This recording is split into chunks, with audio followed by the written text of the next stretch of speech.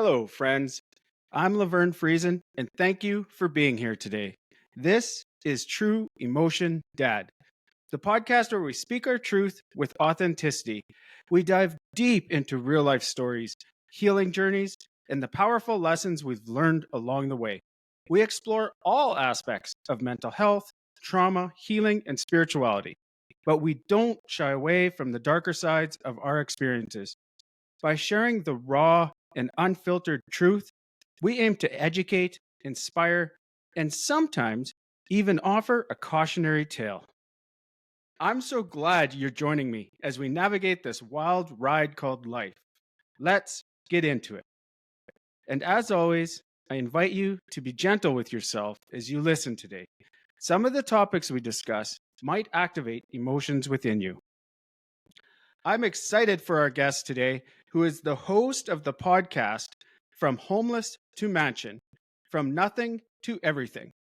Josh Malford grew up as a homeless child born to addict parents in the middle of opioid epidemic Appalachia. After fighting for years just to survive, Josh joined the military and went on to make headlines keeping the United States safe as a hacker for the National Security Agency when the results of his work were included in several presidential and National Security Council briefs. Now, Josh spends his time trying to spread his message of survival and triumph to help others survive their trauma and achieve their dreams. Welcome, Josh, and thank you for being here today. I'm so glad that you had me here listening to that intro for me. I can't believe I actually wrote that. It sounded good. yeah. Yeah. It sounds like you're too busy most of the time trying to hack into stuff or maybe protect computers from being hacked into or systems from being hacked into. I've listened to your podcast and I think you have 6 episodes out now. And I was riveted by the story. I was very invested and I want to hear more. What inspired you to actually start telling your story on such a public platform? So, I mean, people throughout my life have always told me that I really need to tell more people about my story. Like, I need to get it out there because, I mean, everyone kind of loves a rags to riches story. But I think even aside from the rags to riches, even before I had stuff and I was just in the military and still didn't really have a lot, it's still kind of an inspiring story coming from the background that I did, extreme poverty, and actually making something of my life because too many people from that background just never escape it. They don't have the tools, they just don't have the knowledge. And if I can, it started as just me wanting to tell my story, I guess. But if, it's evolved into trying to help people maybe get their stories out, understand that there's still a chance to do something with your life, no matter how you started. I love that and it's so true because you know there's that saying your story may become part of someone else's survival guide. And I think your story definitely has that flair to it, I guess. How did life start for young Josh? Can you tell us, how you started, what life was like and maybe go through your childhood a bit? Yeah, my life actually, I think, started out relatively normal. I mean, I was always in poverty, but as a really young kid, probably until 6 or 7 years old, life was pretty stable. I only really lived in one place. My parents were divorced.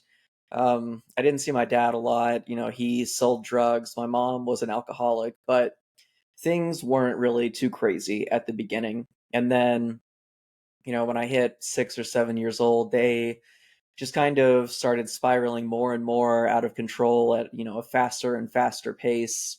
And my mom was drinking more, she was taking more pills, doing more drugs, and our home life just kind of fell apart. And like the we really hit the slide into poverty and just started living place to place, sleeping in cars, and I wasn't going to school a whole lot, and I wasn't eating a whole lot because we didn't really have money for food. And that was kind of the start of my story, I guess. In your podcast, you kind of talk about that and you talk about how you were moving around a lot and how your mom would often pawn off, your games, your Nintendo or whatever it was. And the uncertainty of ever knowing how long you'd be in a house because you guys moved around so much. Looking back, how much did that affect you as a child? And it's really sad when like you have to leave these places and you're losing all of your possessions because as a child, like the things that you have are super important to you. Everything is kind of life or death at that age. And just having that impermanence and losing friends, losing your things, losing the house. I think somewhere around that same episode, talking about the pawning stuff, I was talking about having the first dog that we ever had, and like I was really attached to him because I was like 8 years old, 9 years old, and we moved and we gave him away for no real reason, and that was kind of devastating to a little boy. When I look at that and I listen to your story and I hear that, I can't imagine how much grief there was like all the time. You were always losing something. Yeah, yeah, everything, always. If you look back on it as an adult, can you see how that affected you like in your personal growth, or is it something that you has always just been there? No, I can, after a lot of therapy for some other issues. I've been able to take a better look at myself and I understand the reason I do some things and sort of how the trauma of my childhood affected me and still affects me to this day. And I think the things that we're talking about right now, the impermanence, losing stuff, the instability, I really think that manifests a lot, even to this day, as like a bad shopping habit, probably. I think this is really something that affects people in poverty a lot, even if they don't have exactly the same background as I had. Like when you get money and you're very, very poor, a lot of times, I mean, you don't have the financial skills to know that you need to save it or invest it or any of those things, and you get this money and it's like, oh well, I never have money, so I need to buy everything that I want right now because this money could be gone tomorrow, and the money will be gone tomorrow because you're going to spend it. But that's like a very deeply ingrained habit, I think, that I still have to this day. And I think I'm just fortunate that I have enough money that I haven't run out yet. But those financial habits are something that I'm definitely still working on every day to improve. Absolutely. And it's that cycle because that's actually generational trauma if you think about it, because your mom was always spending all her money for her addiction along Right. with her boyfriend. And that's what you were taught. Get money, spend it. Get money, Right. spend it, right? And I think you talk a bit about in your podcast about how you've noticed trends in people with poverty. And I Hmm. think that would be one of those trends, right? Like unless you have the awareness to look at yourself and be like, what's going on here? Then you don't understand. You tell the story of how you moved from, I believe, Lexington, Kentucky to Bowling Green. And on Hmm. the day that you moved, your mom had a court date because I believe the truant officer had noticed that you weren't in school and had, given her a notice to appear or whatever it was, a court date. She had to show up for court. And you guys were stopped in front of the courthouse on your way to Bowling Green. And there was a discussion about whether she was actually going to go to court. And you were terrified that she was going to go to court and then go to jail. And you would be left with her boyfriend, who I believe you didn't like very much. Can you just talk about that whole scenario and how 8-year-old Josh was feeling and handled that? Yeah, like you said, I don't think I really dived into this as much as I should have in the episode. And now you're making me think I should probably do like one of my separate episodes to dive into this topic more. But I know I briefly touched on it. Like I think I was like a really scared child a lot of the time, and I had my mother, and like that was the only real constant in my life. As untrustworthy and unreliable as she was, right? I'm a little kid. I'm like 10 years old at that point, maybe 9 years old, and this is my world. This is the only thing that's always been there through all the changes, and I am smart enough and aware enough to know that like if she goes into this court, into these proceedings, then like she's probably going to go to jail. I'm going to lose her, and I don't know what's going to happen to me.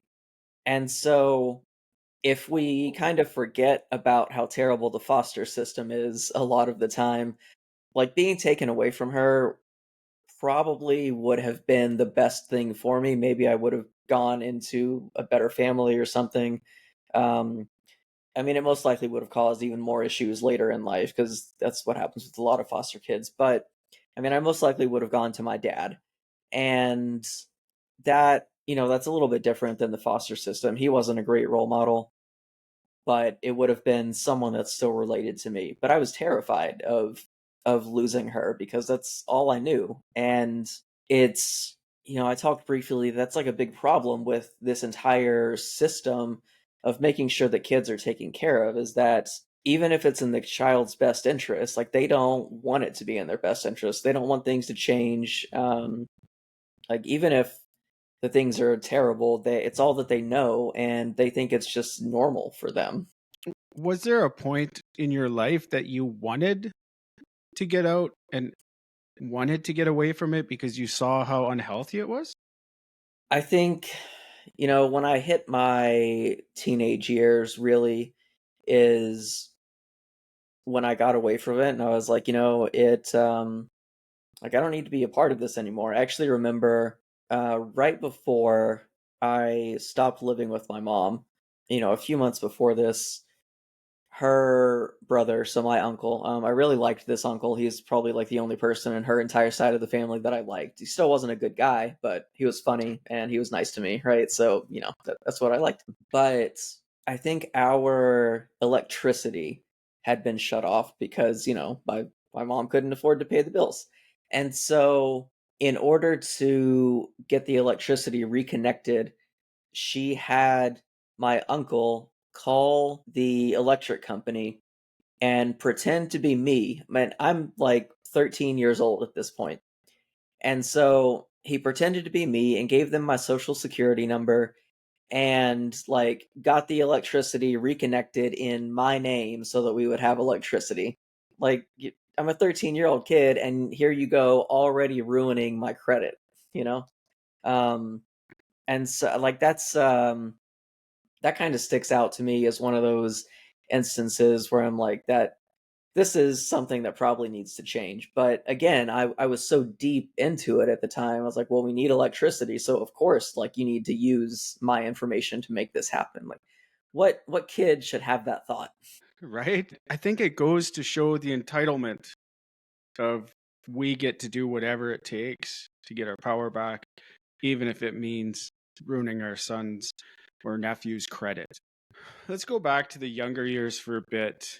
When you were 9 or 10, however old you were, the truant officer had noticed that you weren't in school and had, I have no idea how that works because we don't have that same kind of system here in Canada.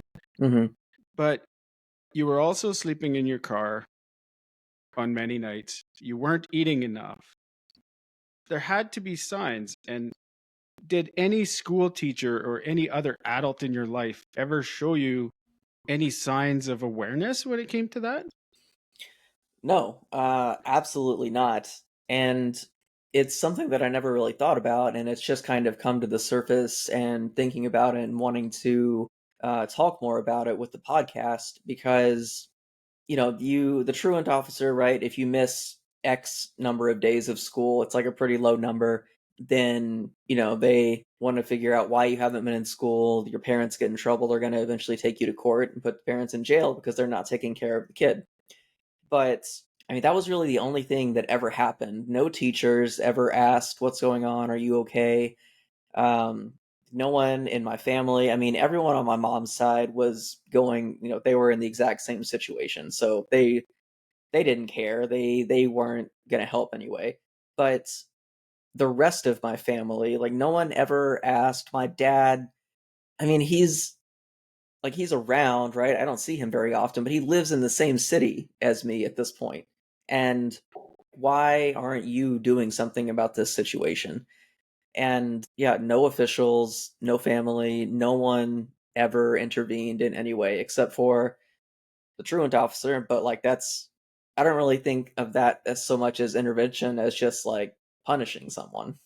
Yeah, that's what it sounds like. And there had to have been signs. Like I can't imagine you were, clothed with new clothes or anything like that. Yeah, I just did a YouTube video where I talked about some of the like really simple things that I bought when I actually like became successful. And they're not like all the luxury items. They're some like groceries, or I filled up my car's gas tank, or I bought extra clothes because I'd never had more than one pair of shoes and they usually had holes everywhere. And so I mean, yeah, that's what I was living through, right? I've had, one pair of jeans probably as a kid, a couple of shirts, and yeah, I'm wearing these every day to school, right? And I would say that I was never really dirty because my mom kept a clean house. So it was nothing like that. But there were plenty of places we lived that were just infested with roaches. And in the most recent episode of my podcast that I haven't released yet, I talk a little bit about the roaches and how like they just infest everything and they would get into my backpack. And so then like I wouldn't be able to stay at my friends' houses because like they don't want to get infested with roaches. And so surely someone noticed these things. But I mean, I'm in a really poor area when I'm going to school there, so I guess it was just normal. I have a hard time wrapping my head around that's normal, but I guess it could be. Did the schools you went to, did they have like lunch programs or anything like that? Yeah, so they had what we call the free and reduced lunch, and so if you're poor enough, then you either get a cheaper lunch or you get a free lunch. And I was like, half the time I was in these programs and half the time I wasn't. We always qualified for them, but I feel like during the times when my mom was on the run from the cops, she wouldn't sign me up for these programs because she didn't want to draw the attention of the authorities. This isn't something I've actually thought about. Like, I'm thinking about it now for the first time, so I've got to think about this some more. But I know I wasn't always on it, and I wasn't really in school enough a lot of the time to take advantage of it. Um, but also, I was a really picky eater, so I'm not sure I would have taken advantage of it even if I had been in school. I don't know, I didn't know enough to understand that this resource is there to help me and I should take advantage of it because I'm a little kid. Yeah. I do wonder, I think you might be onto something that she wouldn't, well, mind you, she would have registered you for school so they would know her. I know, that's why I need to think about this a little bit more because something I gotta figure this out. Yeah, that's fair. Do you have a relationship with your mom or your dad today? Not really. I talk to my mom maybe once a year. Well, I say talk to, but she messages me on my birthday, and I usually don't message her back because when I do message her back, she always wants something from me, and she always insists that she's going to do better this time. She's actually going to talk to me, and then, of course, she doesn't. Another year goes by, and I don't hear from her. I hadn't talked to her for a few years, and my girlfriend, a couple of years ago, my mom messaged me on my birthday, and I was just going to ignore her. And my girlfriend convinced me to, like, you know what, just message her back, say thanks for telling me happy birthday, and like, just give her something, right? Just be like, "Hey, thanks. This is how my life's going. Hope you're well," right? And so I did that. And it had been so long since I talked to her that she had no idea that I was divorced from my ex-wife and that I was living by myself, that I had a new girlfriend, that like all these things were going on in my life.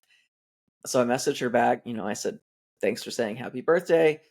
Here's what's going on in my life. I'm about to go to Australia for a little bit. Like, I got this great new job.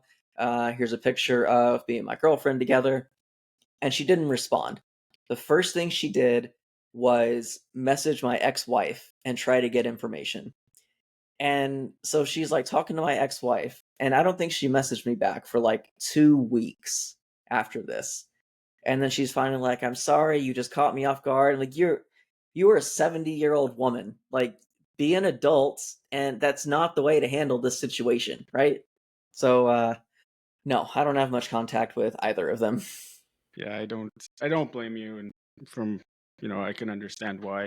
It sounds like there's some self-centeredness there, but also caught up in their own addictions and just consumed by those, right? In your podcast, you talk about people in poverty, and you give actually a very specific example of how some poor people might go to a store and want to use the phone, but just stand around waiting until somebody asks them if they can help them, or however that might look. And you've noticed that type of communication with a lot of people in poverty. Can you expand on it a little more? Because that one really struck a chord with me. Yeah, I find a lot of these behaviors fascinating now as an adult, and I can look back and see them and like see these patterns that were always there in my childhood, and now I can recognize them. But that one specifically is one that I talked about, like, was kind of hard for my ex-wife to understand because she had never experienced it. And it's all about people in poverty, like they don't have much or anything at all. And they're used, I think, to being rejected when they want something or they can't afford it. Like, the default, I think, is always no when you're in extreme poverty, right? You just can't get the things you want. And so you really learn how to manipulate other people and use them to get what you want. And in that specific instance, right, it's something as simple as needing to make a phone call, or, well, in that one specifically, I think the people they were kind of using that as their sob story, right? They were pretending like they didn't have a cell phone, and so they were in the store and they were just kind of hanging around the service desk and acting like they wanted to use the service desk phone to call someone to get a ride. But that wasn't the reality. That was just an act they were putting on so that they could convince someone in the store to feel sorry for them and either give them money or give them a ride somewhere. And they were never going to just come out and ask for either of those things that they wanted because someone was going to say no. So they're trying to manipulate people into feeling bad enough to give them what they actually want. And I think that's a very fascinating behavior, like, in general. It is, and so I'm familiar with that type of behavior as well, and because I grew up with it also in my Hmm. family of origin, and I also got into relationships where I was expected to read other people's minds and know what they really wanted, and if I got it wrong, I would be, punished for, Right. and however in their mind they would punish me, I would just, get a blast of verbal abuse or the cold shoulder or whatever. Hmm. And I used to see some of that within myself. And I believe it's almost kind of a combination of manipulation and passive aggressive communication, which I suppose is manipulation. But like I I saw that myself in Yeah. myself and how I would communicate sometimes. And especially in my early adult years, I would expect people to know what I wanted because that's the way I was raised. And I also find it interesting you say it's because everything is a no. I had never thought of that for my own life, but it was very true because everything was always a no and I was always terrified of rejection. No, I mean, you said you see it in your past self, and it's something that I definitely see in myself to this day. And I don't think that I'm not trying to manipulate people, but I do sometimes expect them basically to read my mind and know what I want. And even when I'm doing it, like, I'm in the moment actively doing this to someone, and I know I'm doing it, and I'm yelling at myself internally, like, why are you doing this? You know what you're doing. This isn't a healthy behavior. Like, just stop. Just tell them what you want. And I don't know. I don't know why it's something that I struggle so hard with even to this day. I would suspect because it was so deeply conditioned within you. And Yeah. for for me, I stopped yelling at myself and just like, you know what? I was conditioned this way. I can forgive myself a little bit, right? Like that's how I would see it. I don't want to be giving you therapy or Yeah. advice or anything. um, you mentioned something fascinating to me earlier while weren't recording yet, and also in your podcast, and that's you have a hard time understanding why people would want to spend time with their families. Can you get into that a bit, because I understand that myself, but I'd like to hear your story on that.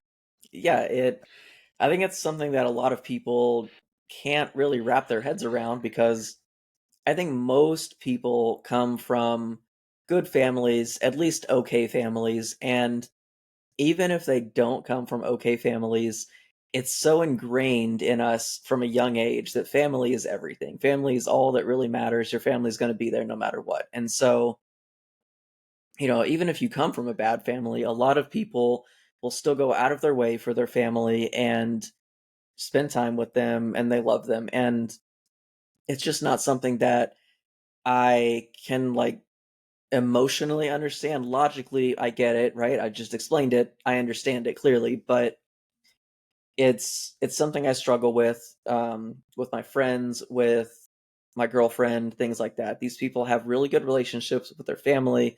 They want to go to dinner with them, they want to go on vacations, they spend a lot of time with them, they live close to them. And it's I don't have that relationship with my family because my family for the most part are all terrible people. There are a couple of exceptions. And why would you want to spend time with these people? You didn't pick your family, so you don't owe them anything, right? They are there by a happenstance of birth, right? You choose your friends. Those are the ones who I think really become your family. Those are the people that I want to spend time with. So when someone, is all about their family, it baffles me. And again, logically, I understand it, but I don't know. I have a hard time relating to it. And I kind of feel a little betrayed sometimes when people choose that over hanging out with me. And I am very aware that that's a problem. And I've mostly pushed that down and can get over it and recognize that one and stop that behavior. But it is still something that, empathizing with it is a struggle for me. Thanks for sharing that. That's very understandable. I have 8 siblings, so I came from a large family. Yeah. You're an only child. Yeah. Um, we kind of discussed this a little bit, but I've set boundaries with a lot of people in my family, and it took me a long time to cut the toxic people out of my life. But then, as I'm sure you've experienced, toxic people have helpers or, flying monkeys that they try to recruit to bring you back into the vortex of toxicity. And so it's been really hard for me, but also with my children, having children, I want to demonstrate good boundaries for them. And if people hurt us, we don't associate with them regardless of who they are. Hmm. And so it's a choice for me. There is that part, like I would like to spend time with family, but do I really want to go drink poison just because everyone else is? No, I don't. What was your teenage years like? Well, I think that's really when things got extremely rocky. I mean, they were actually pretty bad in my preteen years as well, but I could really identify the teenage years as early on is when I stopped living with my mom, and so I was out on my own. I lived with my brother. I have a half brother who's a lot older than me. I lived with him often, but not all the time. And I was staying at friends' houses, sleeping on their couch. Well, in my early teenage years, I didn't have a car, right? Because I was too young. And yeah, there was a lot of homelessness there, and I was on my own. And that was I stopped going to school um, for high school. So, I'm about 14 years old and I didn't go to school anymore because I didn't really have a place to live. And when I was staying with someone, right, it wasn't like a parental figure who cared if I was in school or not. So I just didn't go to school at all. I was hanging out with friends a lot. I wasn't doing drugs or drinking. I've never done any of that. Well, I can count on one hand the number of times that I've drank in my life. But I've never done any kind of drugs, even marijuana. Like that's just I've seen enough of it, and so I didn't want any part of that. But I was definitely hanging out with a few people who did that sort of stuff, and I kind of just tried to distance myself from them most of the time. There were a lot of days where I went hungry, for sure. This was the period of my life where I was only eating every 2 or 3 days. And I there was one time in particular I was at my best friend's house, and we're still best friends to this day, but there was no food in his house whatsoever. And we were hungry, obviously. We're teenage boys, and there was a bag of sugar in the cabinet. It was the only consumable thing in this entire house. And so we took this bag of sugar and we put some water in a pot and boiled the water on the stove. And then we poured a bunch of this sugar in, and it like hardened into, like crystallized sugar. And like that was what we ate. We ate this hardened sugar because that's literally all we had. So there were a lot of nights like that, days like that in my teenage years. But, I guess to be kind of positive for a second, again, not something that I've really thought about, but like there was a lot of freedom during those years because I didn't have any guardians watching over me. I was kind of free to come and go and do as I pleased. So I think that aspect of it, looking back, I probably enjoyed that, as a teenager. That's what every teenager wants is their freedom. But, that's overshadowed by all the negatives of going hungry, having nowhere to sleep. I During this period of my life, I definitely did smell really bad because I wasn't taking showers or baths anywhere. I didn't have a change of clothes. I mean, I had two outfits, maybe. Yeah, I think there's a lot more I could talk about here if we want to go into it, but The question I have is, how did you not, or well, maybe you did, but how did you not start shoplifting food or, stealing to survive? I think this is something I've never really thought about, but thinking about it now, I think it's probably a combination of two things, and one of those is, I mean, as a teenager, right? I had no self-confidence whatsoever. I was a little kid. I was kind of scared of the world and everything that was in it, and so I didn't want to like get in trouble with the cops or do anything like that because I was scared. But I think the other half of that is I think I have a pretty solid like moral compass when it comes to things like that. Um, Other things, not so much. But I think things that are more like that, like shoplifting and violence and things like that, like I don't know. That's just it's not me, right? I probably could have stolen some food to survive, but I don't. Yeah, that's not something that I ever really wanted to do. I just had a thought while you were describing it or talking about it, and I wonder if you saw so much taking in your childhood, like in your early years, that it just disgusted you and you didn't want to take anything that wasn't rightfully yours. Is that a possibility? Yeah, I think that definitely could be part of it, right? Because I know that that's true in a few other areas of my life. These things that I've seen as a child, like I don't want to do them to anyone else. So, Yeah. that very well could be part of it. Totally random and a lot off topic right now. Do you have children or do you ever want to have children?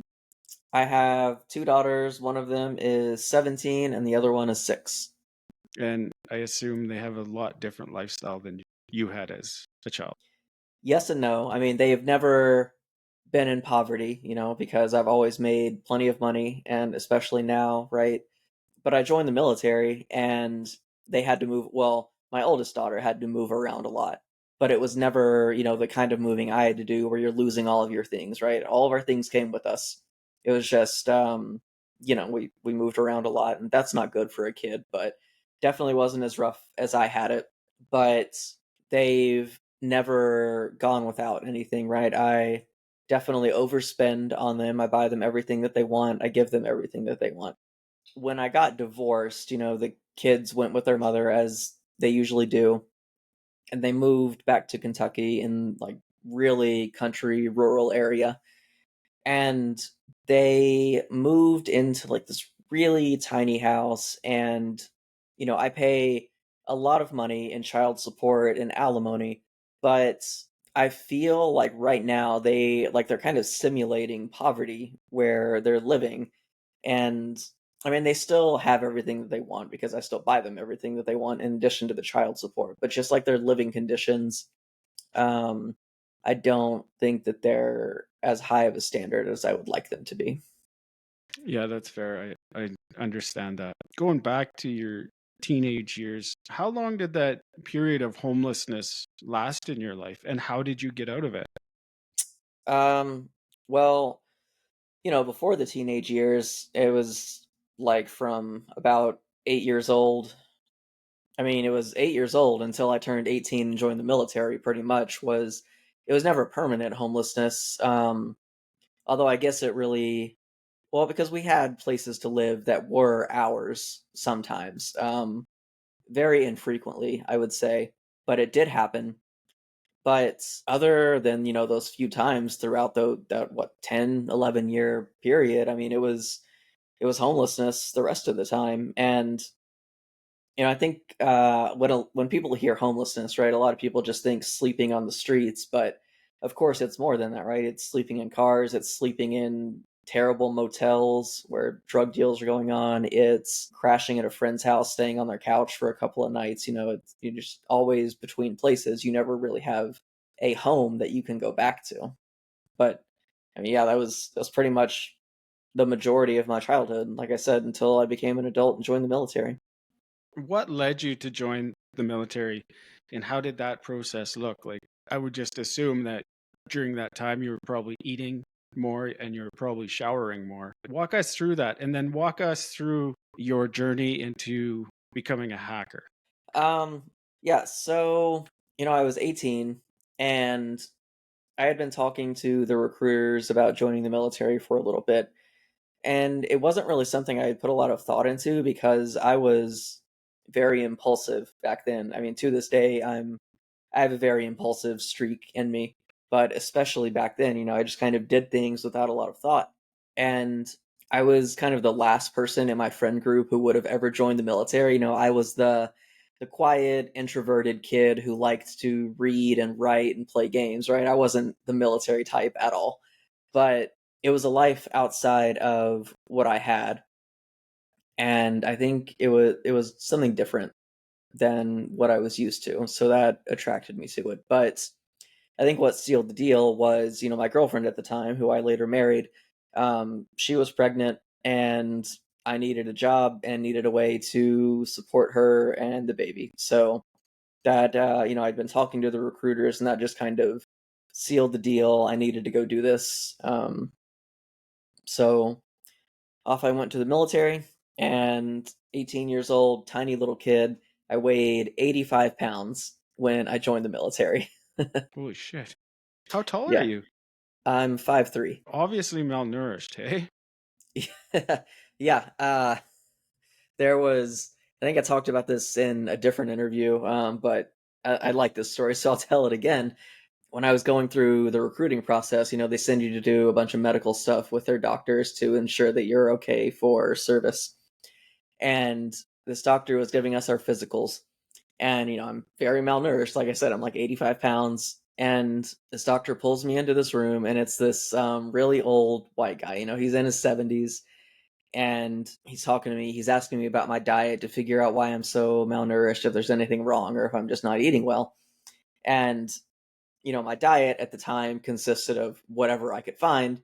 And of course, I didn't know like how to cook for myself because how often did I have a stove to cook on? So a lot of my diet was fast food. If I ever had a couple of bucks, then I like would get some fries or whatever from a fast food restaurant. I'm explaining this to the doctor. I'm like, well, I ate a lot of French fries and chicken nuggets.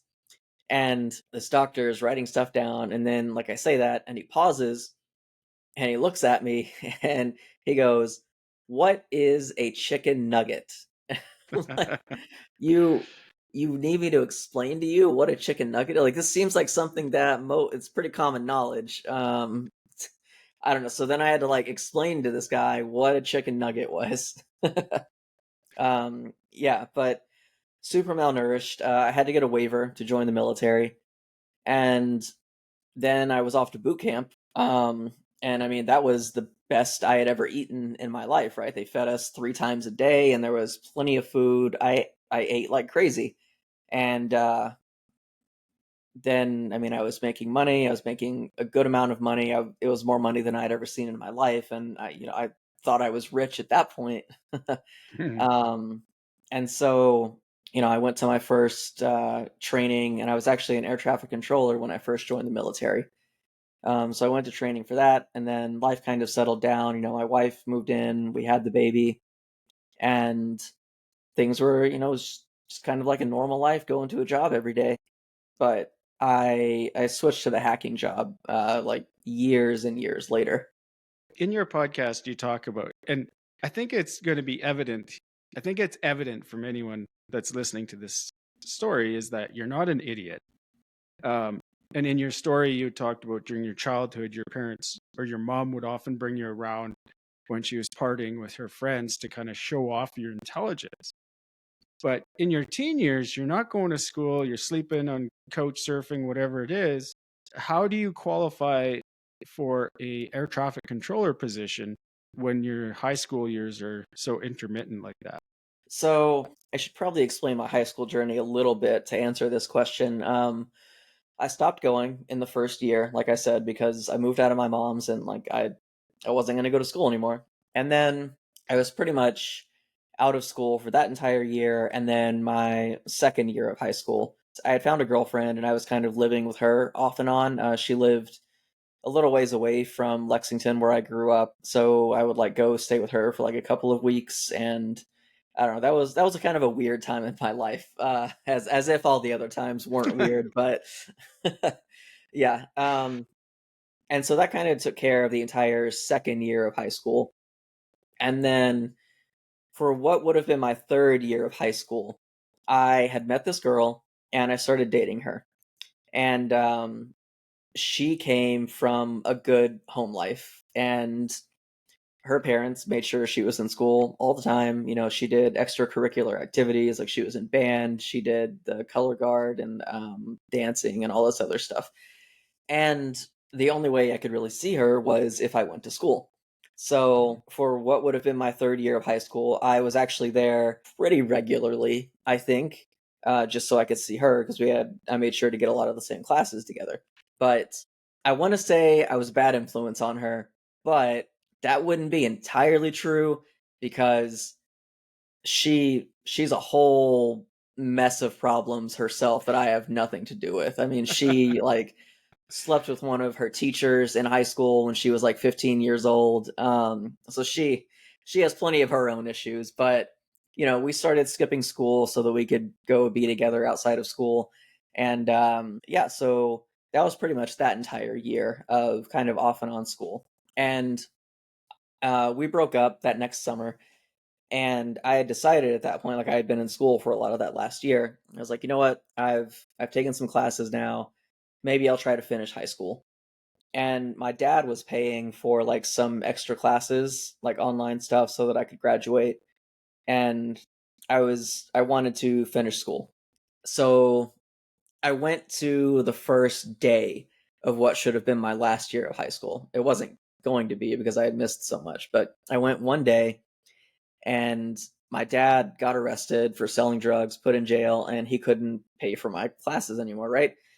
And I'd met the girl who would become my wife, and I was hanging out with her, I was hanging out with my friends, like, you know what? I don't need school. Like, I don't need to do this again. So it was back to the exact same thing.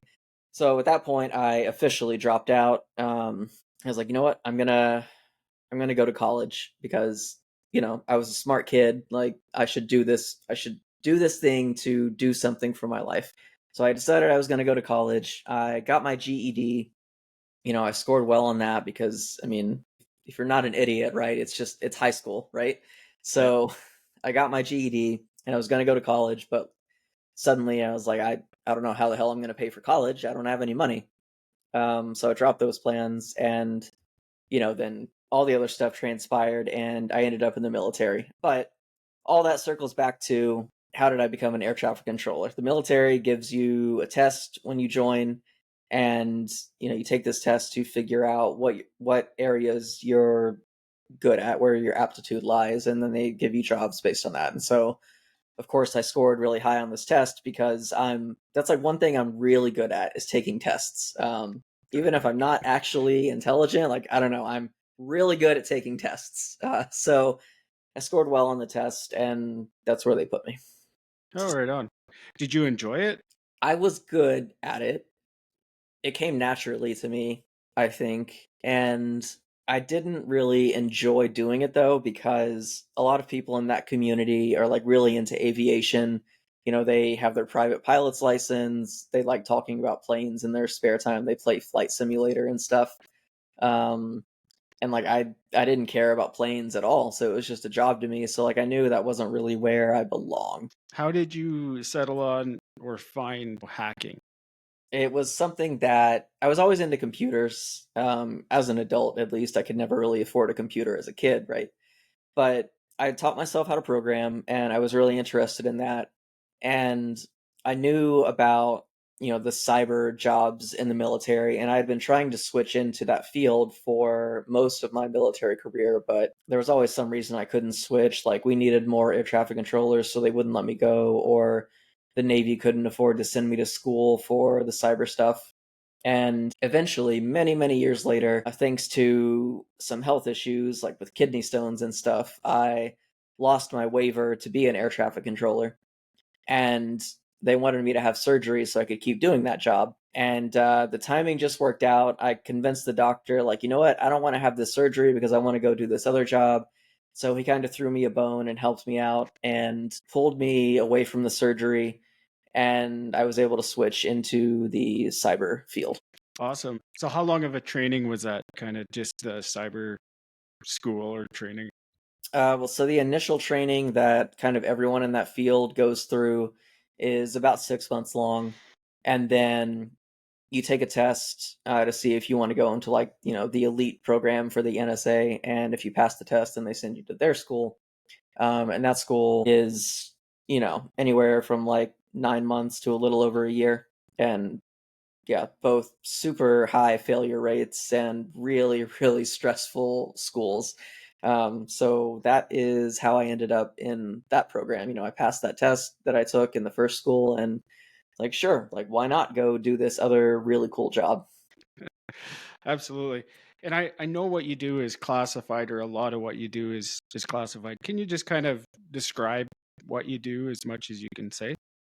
Yeah, so I mean, if you think of like what penetration testers do, they're hired to go into people's computer networks and find vulnerabilities to test them to make sure that the bad guys can't get in, right? I mean, that's a lot of what I did, except in this case, I was the bad guy, depending on how you're looking at it, right? Gathering foreign intelligence to, help inform decision makers in Washington of like policy and stuff like that, right? Trying to, just get as much information as you can. But I was in counterterrorism for a long time. So I think it was less like spying type stuff and more, actually like counterterrorism, trying to fight terrorists and actually save people's lives. And that was, super rewarding. I imagine there's a little bit of excitement there too, maybe. Yeah, definitely. I mean, it's hacking into someone's computer where you're not supposed to be, right? It's like forbidden fruit. It's, of course, it's exciting, but you try to suppress that a little bit because you're a professional, right? You're not just some kid sitting at home trying to hack into people for fun, right? You have a mission. You're trying to save people's lives and do something that actually matters. So you're being professional about it. Absolutely. I know you've done therapy. Have you ever done inner child work at all? No, actually, I don't think I have done any of that. It's one of my favorite topics. But while I was listening to you talk and, seeing the smile on your face, and I can see how much you enjoy what you're doing, I just had to think that the 8-year-old version of you had to be so happy that you've come this far and that everything is now okay. And not only is it just not okay now, it's like pretty phenomenal. So your podcast is called From Homeless to Mansion, and I'm going to assume that you weren't able to buy a mansion while you were still in the Navy. That would be correct. I think you had said before you did 16 years in the Navy. Right. So 16 years in the Navy, you're this cyber guru hacker. I don't know. What would you call yourself, I guess? I have to look at my resume to see what the official uh, approved title is. But usually it's some combination of like operator with some other words thrown in there, cyber operator, something like that. Fair enough. Cybersecurity, I think, probably is a good Yeah, I general mean area. that covers it in general. Yeah. And so, how do you go from being in the Navy, a civil servant, to getting your or buying your own mansion? I think it's a lot of success, in life that people don't really ever want to acknowledge is luck, right? You got to be in the right place at the right time. And most of the time, it's not really about hard work. The hard work helps, I think, to get you to a place where you can take advantage of luck when it happens. And so I think that describes my situation pretty well. I was good at my job, and everyone in our really tiny community knew me, and they would like ask me for help a lot of the time. So I was pretty well known, and that sounds a lot more like bragging than I really want it to be. But that's I don't know. I've that kind of sets up the rest of it, right? So people in the community knew me, and so when it was time to get out of the military, I had people who wanted to give me jobs and wanted to keep working with me. And so I was fortunate enough to find a really good contracting job for the government that was teaching some of the stuff that I had been doing. And that paid just an unbelievable amount of money. And so that and, some good financial decisions like allowed me to be able to buy the house that I'm in. And my girlfriend makes a decent amount of money as well. So combination of that like really allowed all of these dreams to come true. You said you didn't want it to sound like bragging, but I think you have to give yourself credit. Like, you've obviously done a lot of hard work over the years to not only break out of that poverty cycle, but break out of the addiction cycle in your family, or not even enter into that, get into the military, do good in the military, convince the doctor to throw you a bone. That was very nice of him, by the way. Yeah, yeah. Um, get into cybersecurity or the cyber training, and then, so, give yourself credit. You've come a really long way, and your story is a testament for others to show them that there's hope, that you can become something, and you might not become a cybersecurity expert working on defense contracts, making a lot of money, but sometimes success is just breaking out of those cycles. And so I personally applaud you for how far you've come. Yeah, it's I don't know, I try to be modest, right? And you're not the first person who said things like that to me, right? I remember there was a guy while I was doing this job in the military, and he was trying to hype me up and convince me to like apply for something. He was like, "Look, man, you are humble to a fault." And I don't know if I believe that, but I do try to downplay these things a lot of the time. And you're right. I mean, I have put in a lot of work, and I want that to be an example to other people that they can achieve things as well.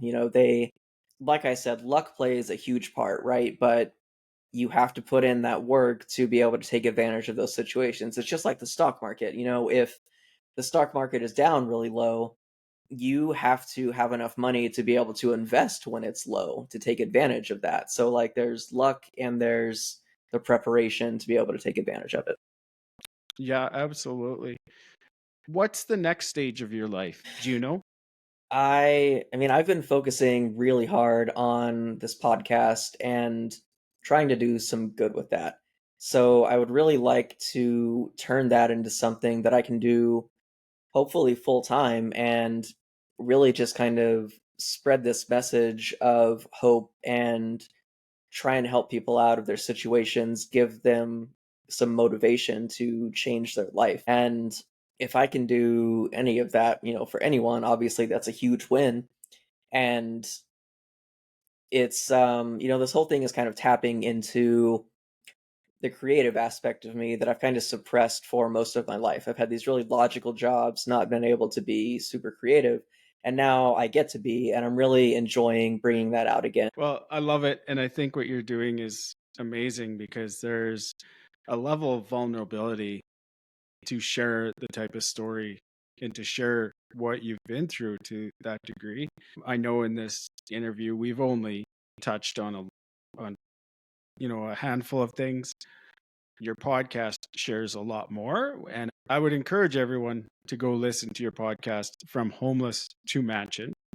And is there anything you would like to talk about that we haven't talked about yet today?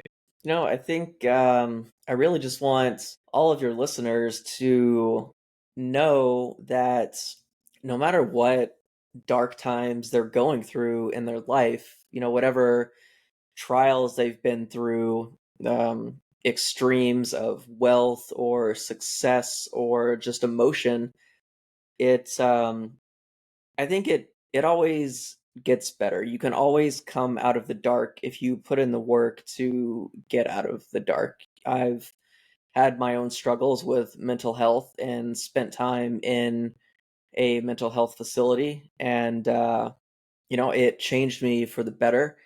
And I didn't realize that I needed to put in the work for my mental health before, and now I do, and it's something that I continue to do to this day because I know it's important. So I mean, even with all of the success that I have, I still have plenty of days where I'm depressed and don't want to get out of bed. I don't want to get off the couch. I don't want to do things that I know will lift my mood.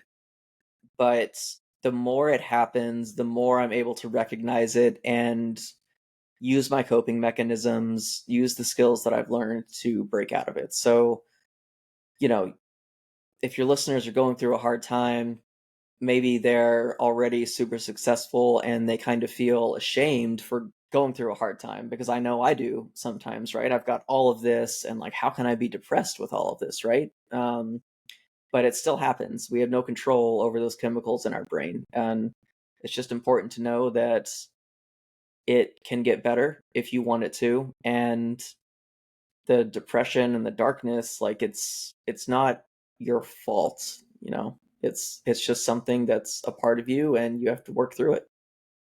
Absolutely. That's amazing advice, and that is the purpose of my podcast, is to give people hope and let them know that it will get better. During my career, I worked with 6 individuals who I knew personally that died from suicide, and they were all rising stars and high performers. And Hmm. I think we put so much more pressure on ourselves when that's who we are. Yeah. Um, Josh, thank you so much for being with us today. Thank you for telling your story. I'm going to put links in the notes so people can find you and they can listen to it. I found it a very riveting story so far, and I want to keep listening and learning more. And to everyone listening today, thank you so much for joining us on this crazy ride we call life. It's an amazing ride, so sit down, buckle up, and hold on. I'll see you on the next one. And as always, much love, Laverne.